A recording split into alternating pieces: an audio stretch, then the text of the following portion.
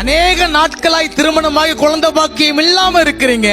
கர்த்தர் சொல்றாரு, 100 வயதுல கிழவனாய் இருக்கிற கிழவையா இருக்கிற ஆபிரகாமுக்கு சாராளுக்கும் குழந்தையை கொடுக்க சர்வ வல்லமை உள்ள தேவனாய் இருக்கிறார் என்று சொன்னார்.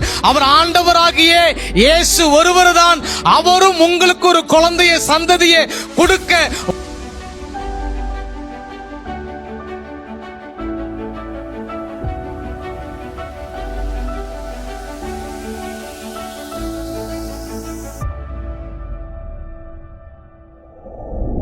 ஆதியாகமம் 21ஆம் அதிகாரம் 1ஆம் வசனத்தில் வாசிக்கலாம்.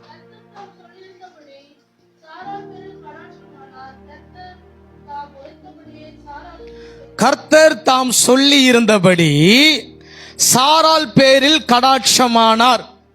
கடாட்சமானார்னா இது தப்பா இந்த வார்த்தையை புரிஞ்சுக்காதீங்க. எப்படி சொல்லணும்னா, சாராள் மேலே தரிசனமானார், சாராளை நினைத்தருளினார், சாராள் மேல பாசம் வைத்தார், சாராளை நினைத்து கொண்டார், சாராள் மேல மனம் இறங்கினார். ஆமென். யாரு?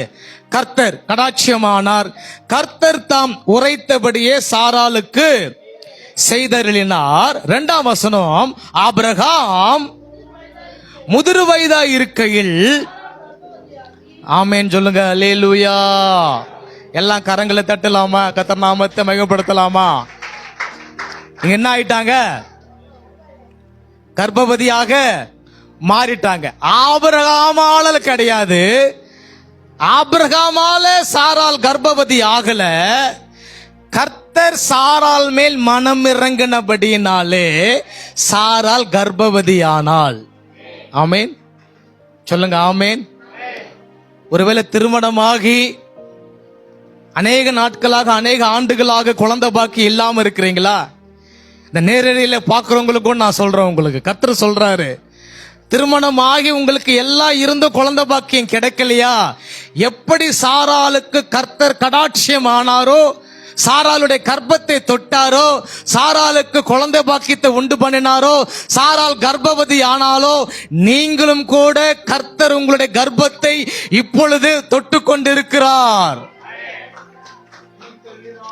ஆமேன் சொல்லுங்க. ஆமேன். ஆமேன். அதனால சோர்ந்து போகாதீங்க, பயப்படாதீங்க. அநேக நாட்களாய் திருமணமாகி குழந்தை பாக்கியம் இல்லாம இருக்கிறீங்க. நீங்க நேரில பாக்குறீங்க. கர்த்தர் சொல்றாரு, 100 வயதுல கிழவனாய் இருக்கிற கிழவையா இருக்கிற ஆபிரகாமுக்கு சாராளுக்கும் குழந்தையை கொடுக்க சர்வ வல்லமை உள்ள தேவனாய் இருக்கிறார் என்று சொன்னார். அவர் ஆண்டவராகிய இயேசு ஒருவர் தான். அவரும் உங்களுக்கு ஒரு குழந்தையை சந்ததியை கொடுக்க வல்லவராயிருக்கிறார். இன்றைக்கும் நம்மளுடைய ஒருவேளை நீங்க ஒரு பலவீனமாக அல்லது ஒரு வியாதியாக அல்லது ஏதோ ஒரு உறுப்புகள் செயலிழந்து போய் அல்லது வாழ்வதா சாவதான் தெரியல, இந்த நோய் என்னை வாட்டிக் கொண்டிருக்கிறது, தவித்துக் கொண்டிருக்கிறீங்களா? திகைத்துக் கொண்டிருக்கிறீங்களா? பயந்து கொண்டிருக்கிறீங்களா? அங்காய்த்து கொண்டிருக்கிறீங்களா? கர்த்தர் இப்பொழுது உங்களை தொடுகிறார். ஆமேன் சொல்லுங்க. ஆமேன். உங்கள் சரீரத்தில் கர்த்தர் தொடுறாரு. ஆமேன். இல்லாத உறுப்பை கர்த்தர் உருவாக்குகிறார், இல்லாத அவயங்களை கர்த்தர் உருவாக்குகிறார்.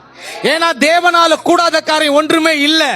ஒருவேளை உங்களுக்கு ஒரு பக்கம் செயல் இழந்து போயிருக்கு, எனக்கு ஒரு பக்கம் இந்த அவயம் எனக்கு செயல்படல, ஒருவேளை நான் இப்படிதான் இருக்கிறேன், சாராளை போல நான் இருக்கிறேன், என் கர்ப்பம் செத்து போயிருக்கு, என் சரீரத்தில் அவயங்கள் செத்து போயிருக்கு, ஏங்குகிறீர்களா?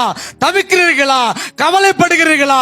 கர்த்தர் சாராளை கடாட்சித்தது போல உங்களை கடாட்சித்துக் கொண்டிருக்கிறார். கர்த்தர் இப்பொழுது ஆவியானவர் உங்களை தொடுறாரு. ஆமேன். நீங்க வீட்டுக்கு போறதுக்கு அற்புதம் நடக்கும். ஆமென். நடக்காத காரியங்கள் நடக்கும், முடியாத காரியங்கள் முடியும். ஏனென்றால் ஆண்டவராகிய இயேசு எப்படி சாராளை டச் பண்ணினாரோ, எப்படி சாராளை தொட்டாரோ, உங்களை இப்பொழுது இந்த வார்த்தையின் மூலமாக தொட்டு கொண்டிருக்கிறார்.